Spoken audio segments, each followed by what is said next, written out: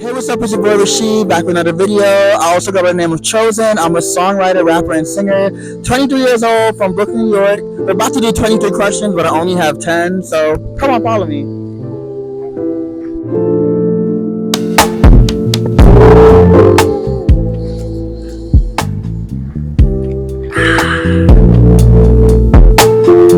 I would define my music as gospel, but a little bit of soul, a little bit of jazz, a little bit of hip hop, a little bit of R&B. Overall, I think my music is a reflection of me and my sound. I'm a pretty chill person. I call myself an ambivert. That's a mixture of an extrovert and an introvert. That's what my music gives. It's chill, but it still has a little bounce and a little, bump bump. Chill or ambivert music. Always spontaneous. Sometimes I free write, sometimes I actually think about a topic to write about, but most of the time it's very spontaneous. I could write all day. I don't play instruments right now, but it's usually me going on YouTube, finding a beat, and once that beat speaks to me, then it's something that I know I can write to. I prefer writing my own songs because I feel like nobody's gonna write a story like me, and nobody can tell my own story. And I feel like I write for the people that feel like me, the underdogs, me, the boys that feel indifferent, people that can't speak up. I love honesty, even in the music that I listen to, whether that's SZA or Mariah Carey or Amy Winehouse or Stevie Wonder. There's always this level of honesty and vulnerability and transparency in the music that I don't think a lot of people give nowadays. I want to give that back to people that don't have a voice. So yeah. Obviously, my top inspirations, Lauryn Hill, Mariah Carey, Stevie Wonder, SZA. I would love to work with Avril Lavigne. I have a whole album dedicated to Avril Lavigne. It's called The End of a Thing, aka Skater Boys Anthem. I love her so much. For Mariah Carey, that's really my girl. I would love to write for the Clark sisters, Twinkie Clark, another one of my inspirations, Karen Clark, Jonathan McReynolds. Talking about Christian music, his music speaks to me in a way that a lot of other Christians gospel music wouldn't speak to me. He's definitely like me. I think that's someone I can relate to. Very raw, Cycles, No Grades, Pressure, The Way That You Love Me. Love to work with Madison Ryan, Sierra Clark, Sheard. A lot of gospel artists. Maybe, possibly Britney Spears. I don't know. But Demi Lovato, Christina Aguilera, definitely. Some of the people that I really looked up to coming up. So, yeah.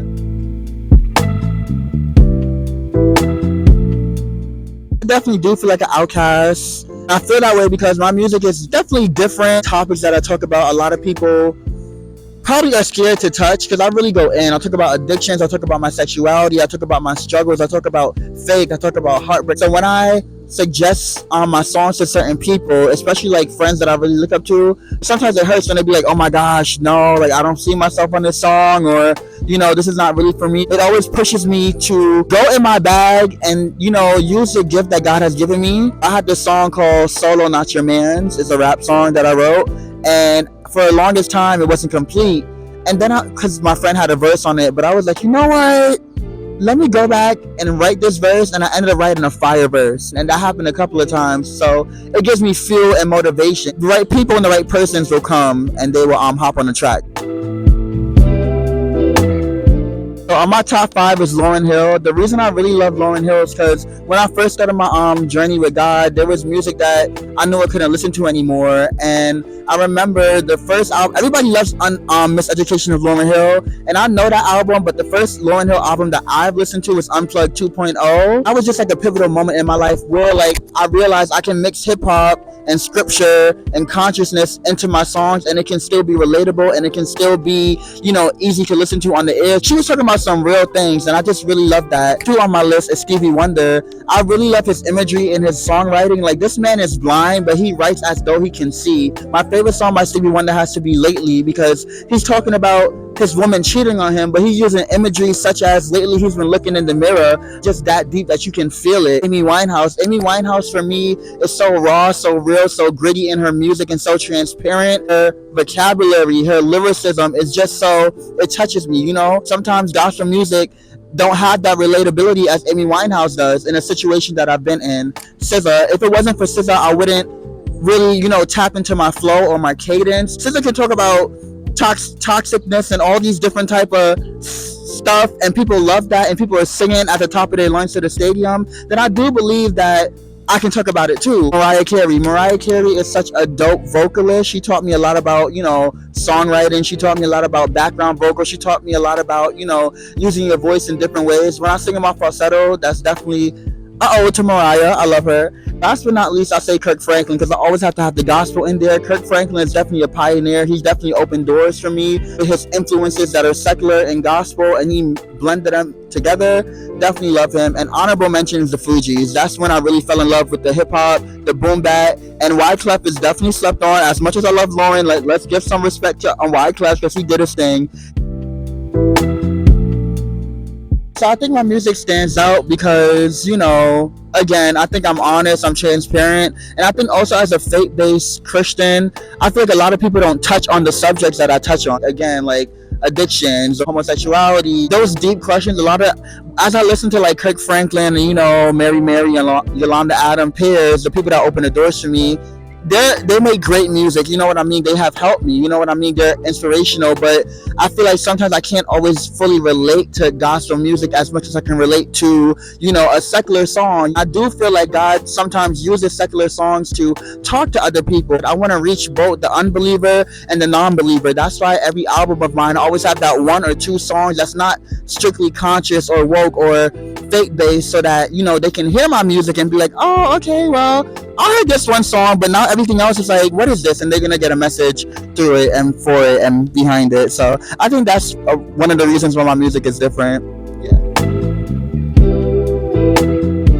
I love using YouTube beats. I know it can be some pros and some cons to using YouTube beats, but how I look at the beats that I use on YouTube is like a cover. Like Mariah Carey may have emotions, but Whitney Houston may cover emotions, or Celine Dion may cover emotions, and that's how I look at these YouTube beats. I don't play instruments, I don't play piano, so on and so forth. These beats really move me, and I put a lot of my lyrics and my heart and soul into these beats. Producers and beat makers on YouTube, I gotta give a shout out to the first person that I ever really started writing to is Blunted Beats. Another person that I really, really, really, really love is Yogic Beats. His beats are superb. Active by Night, he's definitely a new school alternative type of like beat maker. His beats are bouncy, reminiscent of SZA and Summer Walker and Jhené Aiko and all the new R&B type of sounds, the Don Tollivers. I definitely take it and make it Christian.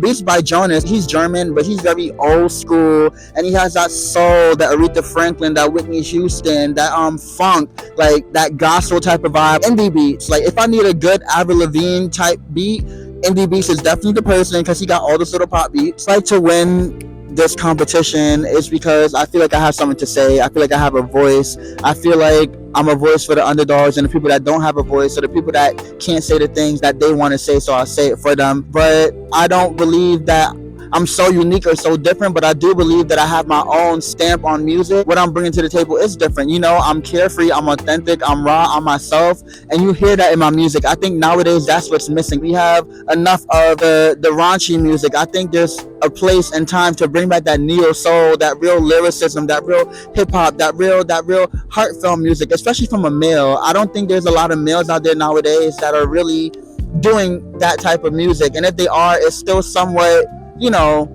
vulgar. I want to bring back that truth and transparency. I want to bring back that consciousness into the mainstream media, and winning this money will be so amazing to help me start, because I have 7 albums that I plan, and they will show my range, my different genres, my musical skills. I really hope that you guys pick me. All my life I love the stage. Like, the studio is cute, but the stage for me, that's where I live at. That's where I breathe. For me to be able to perform and show my showmanship and my musicality on the stage, that's what I want to do. And I really want to show that in Austin, Texas. I'm really appreciative and I'm thankful for everybody who has voted for me. It shows that I have a support system. My church, my friends, my family, they really done their thing. My story, people are going to relate to my story. Like I said, the people, the underdogs, the people that are voiceless, I'll say it for them. I have my own stamp on music. What I'm bringing to the table is different. I'm carefree, I'm authentic, I'm raw, I'm myself, and you hear that in my music. Nowadays, that's what's missing. Bring back that neo soul, that real lyricism, that real hip hop, that real heartfelt music, especially from a male.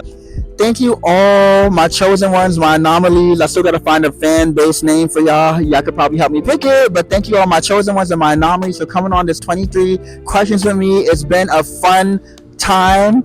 Thank you for being down with the ride, and I hope to see you guys soon, and love you guys. Over and out. And make sure to vote.